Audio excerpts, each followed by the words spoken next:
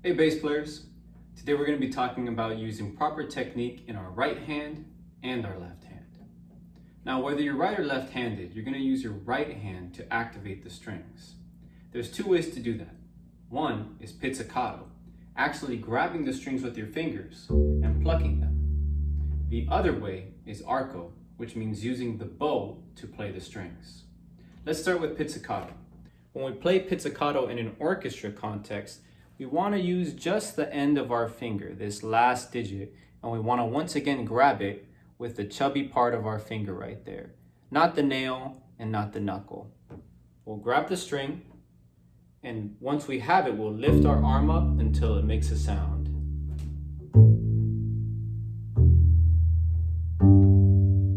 In non-orchestral music, pizzicato is a little bit different. I'll put my hand on the strings, sometimes grabbing the back of the fingerboard with my thumb for leverage. I'll reach over with my finger, and with my finger parallel to the string, I'll pull with not only the tip, but almost the whole side of my finger, including that knuckle.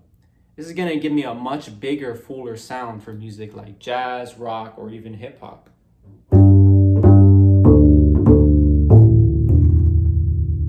Notice here I'm not pulling out and away from the instrument. I'm pulling in and I'm snapping onto the next string.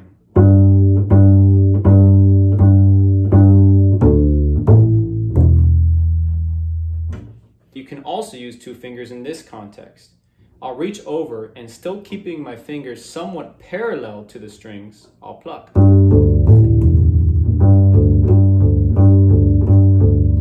I reach, I grab, and I use my arm weight to pull the string. Make sure not to get in the habit of going perpendicular to the strings. If you're trying to play like this, you won't get very far. The bass strings are too thick for just that small finger motion. Before we learn how to play with the bow, let's learn how to take care of the bow. There's a few things to keep in mind. First, most bows are made of wood, which means they're pretty fragile. So never leave your bow in a place where it could get snapped, cracked, or accidentally dropped, like on a bed, on the floor, on the edge of a table, or especially in a bag or backpack. Secondly, the bow has hair. This is real horsehair. There's different colors, but most bows will have white colored hair. It's very important that you don't get in the habit of touching the hair with your fingers. This is because our fingers have oil on them, which actually damages the hair, gets them dirty, and makes it harder to play in the long run. So once again, don't touch the hair with your fingers. At the end of the bow, we have something that's called the pinky screw. This little thing is what we twist to tighten or loosen the hairs of the bow. We loosen the hairs of the bow when we're going to put our bow away in its bag or in its case. We tighten the hair of the bow when we're getting ready to play. When you tighten the bow, you want to make sure you don't over tighten it. You see, the bow is naturally curved. If you tighten it too much, you'll see that curve straighten out, and that's very bad for the wood. You can tell your bow is tight enough by pressing it onto the string. When you press it onto the string, firmly but not too harshly, you'll see the hair get closer to the stick. It shouldn't touch the stick, but it should have enough flexibility to move. It's important to loosen the hair of the bow when we're done playing. Let's talk about holding the bow. If you're new to the bow, it's totally okay to grab it in a gentle fist, just as long as you're not grabbing the hair. This is just to get used to the motion of playing the strings. Once you've gotten comfortable doing that, here's the correct way to hold the bow. There's a nice little story behind it. You see, there was this bassist bunny. His name was the Bass Bunny, of course. He hops over and he sees the best bow in the whole world. He opens his mouth and he bites down right on the stick. And you'll notice the Bass Bunny puts his bottom jaw right here where the frog meets the stick, and his top jaw is so big, he has an overbite, that it reaches over. And once he's had his fill of food, he gets really sleepy and his ears come down. So just to review, my thumb is in the middle right here where the frog meets the stick. My two fingers are directly across from the thumb, more or less, and then the pinky and the first finger drape over gently, just to provide that extra leverage. The pinky is usually in the middle of the frog. Often there's a little symbol there to guide you. And the first finger will vary a little bit, but is usually close to the middle finger. Just like that. Now, if I lift my top two fingers, I should be able to control the bow just with my pinky and index. Similarly, if I lift my index and my pinky, I should be able to control the bow just with my middle two fingers. This allows us to get all the different kinds of tones and all the control we need for those tones out of one position. One more thing to look out for with the bow. We have to keep our thumb curved in the back. A lot of students get tempted to straighten their thumb. You never want to do this. When a joint is curved, it has more control and more power. When it's straightened, you lose the power and the control. So always keep that thumb bent and try to keep your fingers somewhat round as opposed to locked. In order to grab the string, the hairs of the bow need to be a little sticky. For that, we use a processed form of tree sap called rosin. The most common bass rosin that's used by bass players is Pops rosin. So if you can find some at your local music store or online, you'll be much better off for it. This is because bass rosin is a lot stickier and a lot thicker than cello, violin, or viola rosin. Understandably, because we have much thicker strings. Once you have some rosin, here's how you put it on. You grab your bow in the proper position, or in the fist position if you're a newcomer. You set it on the rosin just at the edge, like that. And just the same way you would play the string, you're going to draw all the way across the rosin. You usually want to go in one direction, and you want to be gentle but firm. Especially as we get close to the tip, it's easier to just relax the weight, but make sure you're digging into the rosin all the way across. And you shouldn't need more than 3 swipes. We usually put rosin on at the beginning of a rehearsal. Remember, Pops rosin is really sticky, so your bow might still have enough from the last rehearsal or last practice session you had. You shouldn't ever put more than 3 swipes or so of rosin. And always check beforehand if it's already sticky enough to play. One more thing about rosin. It builds up on the strings over time. This is why you want to keep a microfiber cloth or another kind of cloth in your bag to wipe the rosin off of the strings at the end of each playing session. It also leaves the dust that'll get on your instrument and on your bridge, so make sure to wipe them down too. So shiny. Now that we have our bow hold, I'm going to set the bow on the string like so. Notice I set the hair of the bow on the string and not the stick. I set the hair flat on the string, and I let the weight, not only of my fingers and my hand, but actually of my arm, start to bounce and set on the string. Once I'm sure I got a firm grip of it, I'm going to use my arm to pull back behind me, and that's where the force is going to come from. If I just try to use my wrist to move the string,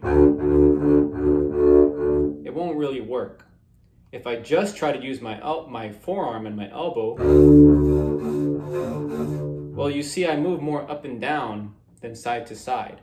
This is why I need to pull all the way from my shoulder.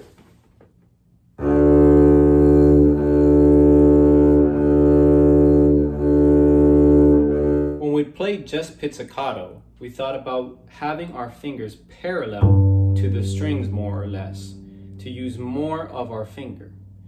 But when we play with the bow, we need to think about being perpendicular to the string or at a right angle.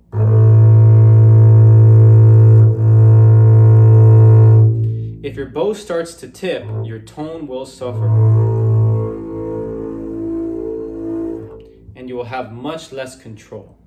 So always think about being at a right angle to the string, even as you move across the instrument.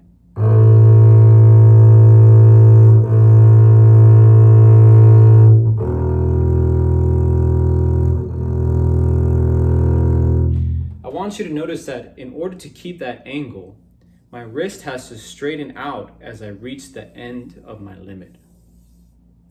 Watch one more time.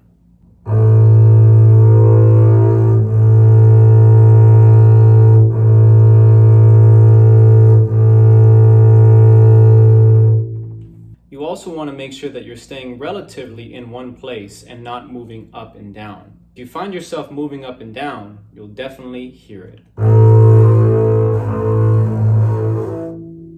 Now that we know how the bow works, how to put rosin on it, and how to draw it across the string and hold it properly, let's explore our instrument a little bit.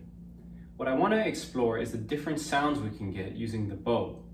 You'll notice that our bow placement, or where we place the bow relative to the bridge and the fingerboard, changes the tone. The closer we get to the fingerboard, the softer and smoother the sound gets. The closer we get to the bridge, the rougher and grittier it gets, but also the brighter and clearer. So let's try that. We'll start right in the middle on the D string between the fingerboard and the bridge. Set your bow gently on the string. Think about your elbow pulling back while your hand presses gently but firmly, and pull.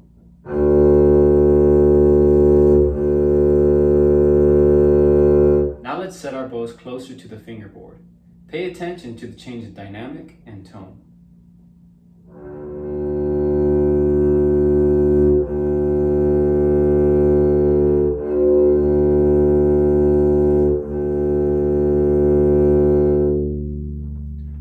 Finally, let's get close to the bridge. It may take a little more force this time, so be firm with your hand, but don't tense up too much. Let your bigger arm do the work. Set the bow and pull.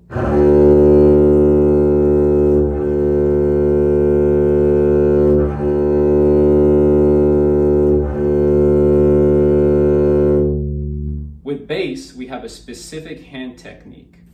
I like to call it the bass sign. It's like this. You see, our first finger is more or less isolated because it's very strong and we're used to using it.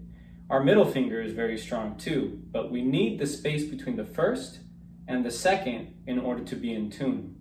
Our third and fourth fingers, which are the weaker ones, can work together as a team to hold down the string. So I want you to imagine that instead of 4 fingers, you only have 3. 1, 2, and 3. If you're having trouble moving these two together, just give it some practice and I promise you'll get it. Let's take our bass sign and apply it to the instrument. The thumb will go in the middle of the fingers behind the neck, like so.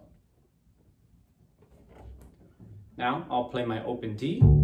I know that first position right here is E, so I'll play my first finger there. But now for F sharp, I need to use all my fingers in conjunction. So I'll use my first, second, third, and fourth. E, F sharp. It's especially important that we don't use any of these fingers alone on bass. On other instruments, you can get away with it. But on bass, you're gonna hurt yourself pretty quickly. So make sure to use all your fingers in conjunction when you're using that pinky. Don't leave the little guy alone.